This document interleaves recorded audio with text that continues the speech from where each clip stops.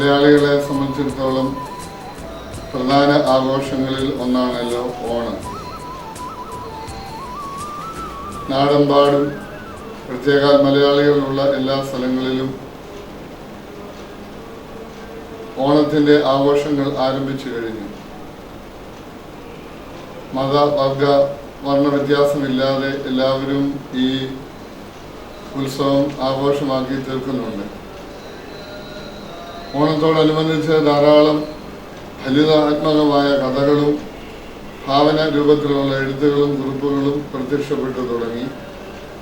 മാവേലി ഇന്നത്തെ നിലയിൽ മലയാളികളെ കാണാൻ വരുമോ എന്നുള്ള സംശയ രൂപത്തിലുള്ള കുറിപ്പുകളും ഒക്കെ പ്രസിദ്ധീകൃതമായി കഴിഞ്ഞു. 35 വർഷങ്ങൾക്ക് മുമ്പ് പി കുഞ്ഞിരാമൻ നായർ എന്നുള്ള ഒരു കവി പ്രവാചക ആത്മാവിൽ ഒരു കവിത എഴുതി നഗ്ന കേരളം എന്ന്. ഭഗവാൻ മഹാവിഷ്ണു ദേവതോന്നി ഒരു പറ്റം ദേവകളെ സ്വർഗരാജ്യത്തിൽ പാർപ്പിച്ചു. ബ്രഹ്മവിദ്യ അഭ്യസിപ്പിച്ച് ദൈവികമായ കാര്യങ്ങൾ ചിന്തിച്ചും ഒക്കെ ജീവിക്കാനായിരുന്നു അവരോട് ആവശ്യപ്പെട്ടത്. പക്ഷേ സ്ത്രീകളല്ലേ അടങ്ങിയിരിക്കുമോ?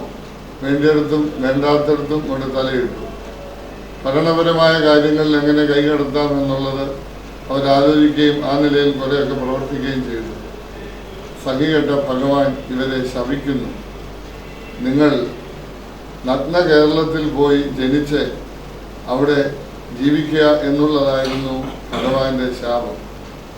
ഇത് കേട്ട ഈ ദേവകൾ ഭഗവാന്റെ കാല് പിടിച്ചപേക്ഷിക്കുന്നു, ഭഗവാനെ, ഞങ്ങൾ നരകത്തിൽ വേണേലും പോയി ജീവിച്ചു കൊള്ളാം, എന്നാൽ ഈ നശിച്ച കേരളത്തിൽ പോയി ജനിച്ച് ജീവിക്കുവാൻ ഞങ്ങളെ അനുവദിക്കരുത് എന്ന്. ഇതാണ് കവിതാ തന്തു. കേരളം ഇന്ന് നഗ്ന കേരളമായി തീർന്നത് ഈ കവി അന്ന് ഭാവനയിൽ കണ്ട കാര്യങ്ങൾ ഇന്നെല്ലാം യാഥാർത്ഥ്യമായി കഴിഞ്ഞിരിക്കുകയാണ്. സ്വാർത്ഥത, അതിനെ അതിൻ്റെ ശ്രീകോവിലിൽ തന്നെ പ്രതിഷ്ഠിച്ച് സായുജ്യം അണയുന്ന മലയാളി, അവരനെ കുറിച്ചുള്ളൊരു ചിന്തയോ കരുതലോ ഇല്ലാതെ അവനവൻ്റെ കാര്യം മാത്രം നോക്കി ഈ നാട് മലീമസമാക്കി തീർക്കുന്നു. മാലിന്യങ്ങൾ മാന്യമായ രീതിയിൽ വഴിയിൽ ഉപേക്ഷിക്കുന്നതിലാണ് ഇന്ന് മലയാളിക്ക് സംതൃപ്തി. ആഡംബര വിലപിടിപ്പുള്ള കാറുകളിൽ ഇത് വലിച്ചു കെട്ടി നാട് നീളെ കൊണ്ടുവന്ന് വിതറി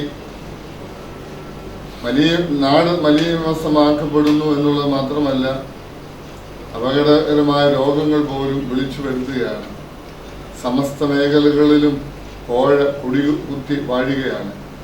അതിൻ്റെ അടിത്തട്ട് മുതൽ ഉയർന്ന തലം വരെ ഉള്ളത് കൊണ്ട് പത്രത്താളുകൾ നിറയുന്നു. കോഴയില്ലാതെ ജീവിതമില്ലെന്നും ഭരണം കോഴയാണെന്നും ഒക്കെ ഇന്ന് തെളിയപ്പെട്ട് കഴിഞ്ഞിരിക്കുകയാണ്. അതുപോലെ ഓരോ കാര്യങ്ങൾ എടുത്തു നോക്കിയാൽ ജീവിതശൈലി ജന്യമായ രോഗങ്ങൾ കൊണ്ട് മലയാളി വീർപ്പുമുട്ടുന്നു. മടിക്കുത്തു നിറയെ മരുന്നുമായി നടക്കുന്ന മലയാളി എന്ന് മലയാളിയെ വിശേഷിപ്പിക്കുന്നുണ്ട്. സാക്ഷരതയിൽ മുൻപന്തിയിൽ നിൽക്കുന്ന ഒരു ജനത എന്ന് നാഴികയ്ക്ക് 40 വട്ടം നമ്മൾ വീമ്പെടുക്കാറുണ്ട്. ദൈവത്തിൻ്റെ സ്വന്തം നാട് എന്ന് നമ്മൾ അഭിമാനിക്കാറുണ്ട്. പക്ഷേ ഇതിന് ഉപോത്ബലകമായിട്ടുള്ള ഒരു പ്രവർത്തനവും പ്രതികരണവും മലയാളികളുടെ ഭാഗത്തുനിന്ന് ഉണ്ടാകുന്നില്ല എന്നുള്ളത് നാട് ജീവിതം കണ്ടാൽ നമുക്ക് വളരെ ബോധ്യമാകും, വ്യക്തമാകും. അതുകൊണ്ട് ഈ നാടിന് നഷ്ടപ്പെട്ട നന്മ അത് തിരിച്ചു പിടിക്കുക എന്നുള്ളത് ഈ ഓണക്കാലത്തെ ഒരു പ്രധാന അനുഭവമായിട്ട് നമ്മൾ വീണ്ടെടുക്കണം.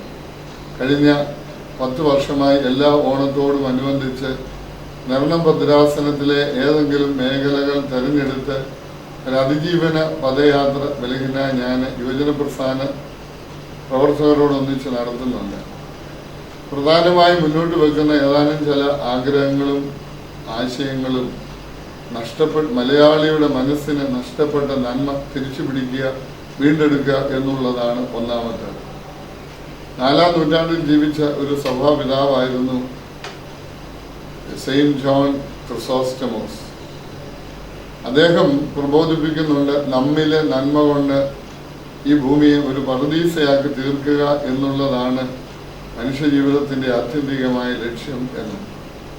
നമ്മിൽ ഓരോരുത്തരിലും നന്മ നിറയുമ്പോൾ നാം അധിവസിക്കുന്ന പ്രദേശത്തും ആ നന്മയുടെ ഭാവങ്ങൾ, രൂപങ്ങൾ പടർന്നിരിക്കും.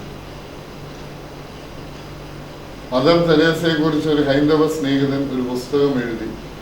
ചന്ദ്രശേഖരൻ നായർ എന്നൊരാളാണ് ഗ്രന്ഥകർത്താവ്. പുസ്തകം ഇംഗ്ലീഷിലായിരുന്നു. പുസ്തകത്തിൻ്റെ പേര് ദ മദർ എന്നാണ്. ഈ ഗ്രന്ഥത്തിൽ അദ്ദേഹം നടത്തുന്ന ഒരു ഒബ്സർവേഷൻ, നിരീക്ഷണമുണ്ട്. Little acts of love and kindness make this world a heaven. അല്പം കരുണയും സ്നേഹത്തിൻ്റെയും കാരുണ്യത്തിൻ്റെയും ചെറു കർമ്മങ്ങൾക്ക് ഈ ഭൂമിയെ, ഈ ലോകത്തെ, ഈ പ്രപഞ്ചത്തെ ഒരു സ്വർഗമാക്കി തീർക്കാൻ സാധിക്കുമെന്നുള്ളതാണ്. അദ്ദേഹം സ്വർണ്ണനാവുകാരനായ ഇവാനിയോസിനെ വായിച്ചിട്ടുണ്ടോ എന്നെനിക്കറിയില്ല. പക്ഷേ സ്വർണ്ണനാവുകാരൻ ഇവാനിയോസ് ക്രിസോസ്റ്റമോസ് മുന്നോട്ട് വെക്കുന്ന ആശയം തന്നെയാണ് ഈ ഗ്രന്ഥാവതരണത്തിലൂടെ ബഹുമാനപ്പെട്ട ചന്ദ്രശേഖരൻ നായരും ഉന്നയിക്കുന്നത്. മാന്യതയുടെ സീമകൾ ലംഘിച്ച് അമാന്യതയെ മാന്യവൽക്കരിക്കപ്പെടുന്ന മലയാളി ഇനി ഒരുപാട് കാര്യങ്ങൾ പഠിക്കേണ്ടിയിരിക്കുന്നു.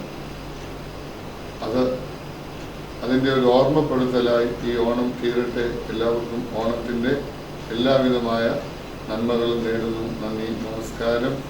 ഈ എളിയ സന്ദേശം നൽകുന്നത് യോഹന്നാൻ മാർ ക്രിസോസ്റ്റമോസ്.